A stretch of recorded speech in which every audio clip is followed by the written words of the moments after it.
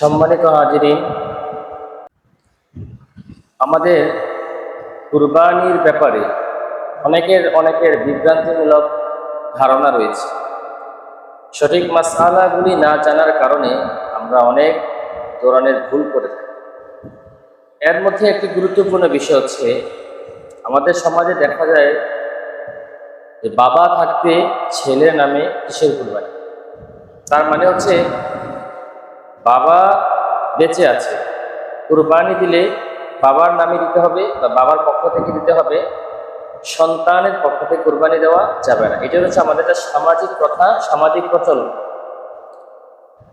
কিন্তু ইসলামী শরীয়তে এই কথার কোনো ভিত্তি নেই। কুরবানি হচ্ছে একটা ব্যক্তি বিশেষ ইবাদত। এটা সার্বজনীন বা সকলের পক্ষ থেকে একজনে করলে আদায় হয়ে যাবে, এটা কিন্তু এমন ইবাদত না।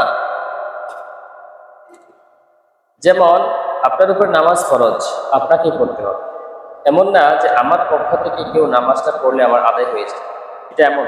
হজ আপনার উপর ফরজ, আপনাকে হজ করতে হবে, আপনার পক্ষ থেকে কেউ হজ করে ফেললো আদায় হয়েছে, ব্যাপারটা এমন না। এখন কুরবানি হচ্ছে একটা আর্থিক ইবাদত। আর্থিকভাবে যে সফল, আর্থিকভাবে যার নেশাব পরিমাণ মাল রয়েছে, তার উপরে কুরবানিও আছে। সমস্ত বালেগ, যে মুসলমান হওয়া এবং বালেগ, নাবালেগ যে শিশু রয়েছে তাদের উপরে কিন্তু কুরবানি আছে। যদি বালেগ, তখন যার উপরে নামাজ রোজা ফরজ হয়ে গেছে, এই বয়স যার হয়েছে, তার যদি নেশাব পরিমাণ মালের মালিক হয় বা থাকে, তার উপরে কুরবানি ওয়াজিব হয়েছে। আমাদের দেশে অধিকাংশ দেখা গেছে ছেলে টাকা পয়সা কামাই করে, বিদেশ থাকে অথবা চাকুরি করে। তো ছেলে বিদেশ থেকে টাকা পাঠায় কুরবানি করার জন্য, সেই কুরবানিটা দেওয়া হয় বাবার পক্ষে। কিন্তু ছেলের কুরবানি কিন্তু দেওয়া হলো না। কথাটা কিন্তু ভালো করে বুঝতে হবে। ছেলের উপরে ওয়াজিব হয়েছে, যেহেতু ছেলে টাকা পয়সা কামাই করে, তার নেশাব পরিমাণ মাল রয়েছে, সে টাকা পাঠাইল কুরবানির জন্য, কিন্তু কুরবানিটা করা হচ্ছে কার নামে? বাবার নামে। এ কিন্তু ভুল একটা সিদ্ধান্ত।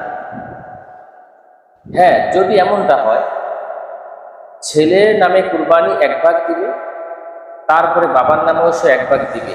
তো ছেলে যদি বাবাকে টাকা দেয়, মালিক বানিয়ে দেয়, তাহলে বাবার নামে দিতে পারবে, কোনো অসুবিধা নেই।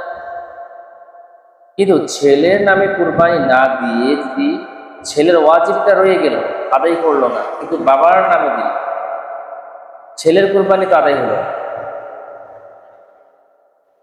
হ্যাঁ, যদি বাবার পক্ষ থেকে ছেলে কুরবানি দেয়, সেটা দিতে পারবে, তবে ছেলের নামে আগে দিতে হবে, এটা বুঝতে হবে। অনেক সময় দেখা গেছে যে ছেলের উপরে ওয়াজিব হয়ে আছে কুরবানি, বাবার উপরে ওয়াজিব হয় না, যেহেতু বাবা এখন বয়স হয়ে গেছে, বাবা টাকা পয়সা ইনকাম করে না, নেশাব পরিমাণ মালের মালিক না, কিন্তু ছেলে টাকা পয়সা কামাই করতেছে, ব্যাংক ব্যালেন্স রয়েছে বা চাকরি করে তার জমানো টাকা আছে। ছেলের উপরে কুরবানি ওয়াজিব হয়েছে, কিন্তু কুরবানি দিতেছে বাবার নামে। বাবার নামে অবশ্যই দেওয়া যাবে, যদি ছেলের নামে আগে 1 ভাগ দেওয়ার পরে তারপরে বাবার নামে দিতে হবে, অসুবিধা। এমনটা না যে ছেলের নামে দিতে হবে, বাবার নামে দিতে পারবে না, ব্যাপারটা এমন না। কিন্তু আমরা ভুল করি কি, যে ছেলের যে ওয়াজিব হয়েছে সেই ওয়াজিব আদায় না করে আমরা হালাওভাবে বাবার নামে কুরবানি দিয়ে দিলাম, কিন্তু বাবার উপর ওয়াজিব ছিল না, কিন্তু কুরবানি করে ফেললাম। আর ছেলের উপর যে ওয়াজিব রয়েছে, এই ওয়াজিবটা আদায় হলো। এই জন্য এই ভুল থেকে আমাদেরকে বেরিয়ে আসতে হবে, আমাদের সঠিক ইসলাম মানতে হবে। এটা আবেগের কোনো বিষয় না। হয়তো বাবারা, অভিভাবকরা এটাকে অপমানিত মনে করে যে আমি বেঁচে আছি, আমি সন্তান লালন পালন করলাম, বড় করলাম, টাকা পয়সা কামাই করে আমার নামে কুরবানি দেয় না, সন্তানের নামে দেয়। এটা বিভ্রান্তিমূলক একটা কথা এবং বিভ্রান্তিমূলক একটা ধারণা, যে ছেলের ওরকম টাকা পয়সা থাকে যে তার ওয়াজিব সে আদায় করার পরে তারপরে বাবার নামেও সে কি করলো, টাকা পাঠালো, বাবাকে মালিক বানাই দিল, বাবার নামে কোরবানি করা যায়। অধিকাংশ ছেলেরা এই কথাটা বলতে পারে না, বাবা নিয়ে কষ্ট পায়। আর বাবারাও এটা বুঝতে চেষ্টা করে না যে আমি বেঁচে আছি, অসুবিধা কি? যেহেতু এটা একটা ইবাদত, এর তো কোনো অপমান হওয়া বা মান সম্মান যাওয়া এরকম কোনো বিষয় না। এটা হচ্ছে কুরবানিটা হচ্ছে সম্পূর্ণটা আল্লাহর রাজি খুশি, আল্লাহর রেজামন্দি, আল্লাহর সন্তুষ্টি অর্জন। এই বিভ্রান্তিমূলক বিষয়টা থেকে আমাদেরকে অবশ্যই বের হয়ে আসতে হবে যে অবশ্যই ছেলে কুরবানি দিবে ছেলের নামে এবং ছেলে বাবার নামে কুরবানি দিবে যদি তার সামর্থ্য থাকে, কিন্তু ছেলের সামর্থ্য আছে 1 ভাগ দেওয়া। তো এই 1 ভাগ যদি দিয়ে দেয় বাবার নামে, তাহলে ছেলের কুরবানি কোথায় গেল? তাহলে গুনাহগার তো ছেলে হলো। তো আপনি বাবা হয়ে ছেলেকে কেন গুনাহগার বানান? অভিভাবকরা এই দাবি বা এই আবদার কখনই করবে না।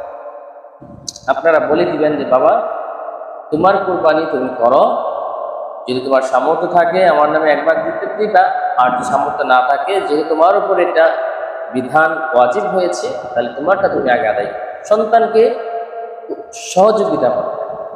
এটা অভিমানের কোনো বিষয় না, এটা হচ্ছে ইবাদতের বিষয়। কারণ অভিমান, অপমানিত বোধ মনে করা ব্যাপারটা এমন না। এই জন্য আমরা সকলে এই বিষয়টা খুব সতর্ক থাকবো, কারণ এই বিষয়টা নিয়ে অনেকেই প্রশ্ন করেছেন আমাকে, এবং একটা মোটামুটি বড় ধরনের একটা পারিবারিকভাবে একটা দ্বন্দ্ব হয়ে যায় বিষয়টাকে নিয়ে। অনেক ছেলেরা আছে যারা মাসালা জানতে চায়, কিন্তু তারা ওই ভয়ে বাবা কষ্ট পাবে, মা কষ্ট পাবে, বা বাবা রাগ করবে, এমনও হয়ে গেছে বাবারা বলেও থাকে যে যদি কুরবানি আমার নামে না দেয় আমি গোশত খাবো না। হ্যাঁ, এরকম বলে তো একটা ব্ল্যাকমেল করা হবে। ছেলেরা তো এটা চাইবে না, এটা ব্ল্যাকমেল করা হবে। এই জন্য আমরা ইবাদতের জায়গাতেই রাখবো। আমরা এই নিয়ে বিভ্রান্তি ছড়াবো না। আল্লাহ তাআলা আমাদের সকলকে সঠিক বুঝ দান করুক। আমরা যেন ঈমান ঠিক রেখে আল্লাহ রাজি খুশি সন্তুষ্টি অর্জনের জন্য আমরা যেন কুরবানি করতে পারি। আল্লাহ তাআলা আমাদের তৌফিক দান করুক। ওয়া আখিরি দাওয়ানা আলহামদুলিল্লাহি রাব্বিল আলামিন। আসসালামু আলাইকুম ওয়া রাহমাতুল্লাহি ওয়া বারাকাতুহু।